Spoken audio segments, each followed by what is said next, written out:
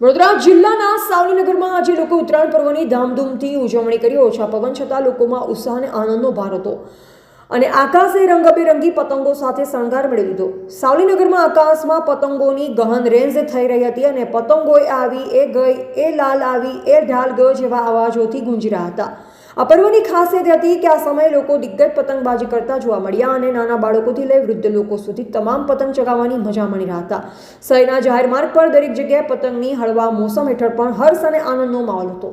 સાવલીમાં આવેલા દર ઠેકાણા અને ધાબા અને પતંગોત્સવની ગરમાણી હતી જે પર્વને લઈ ઉજાગર કરે છે. પતંગોને કાપવાની ટકોરાઓ અને લાઉડ સ્પીકર પર ડીજે મ્યુઝિકથી સમગ્ર નગર ઝૂમી ઉઠ્યું. આ 2 દિવસથી લોકો પતંગ લાવવામાં આલીદા હોય છે અને આ પર્વની મજા માણી રહ્યા છે. રસ્તાઓ સુમસાન થઈ ગયા હતા કારણ કે મોટાભાગના લોકો પતંગોની રમતમાં મશગુલ હતા. સાવલીનગરનો ઉત્સાહ જે લોકપ્રિય અને સમુદાયમાં ખૂબ વખાણવાનો અનુભવ આપે છે, એની યાદો અને મજાઓ શહેરના મનમાં કાયમના રહેશે. રિપોર્ટર અંકિત પરમાર, સાવલી, વડોદરા.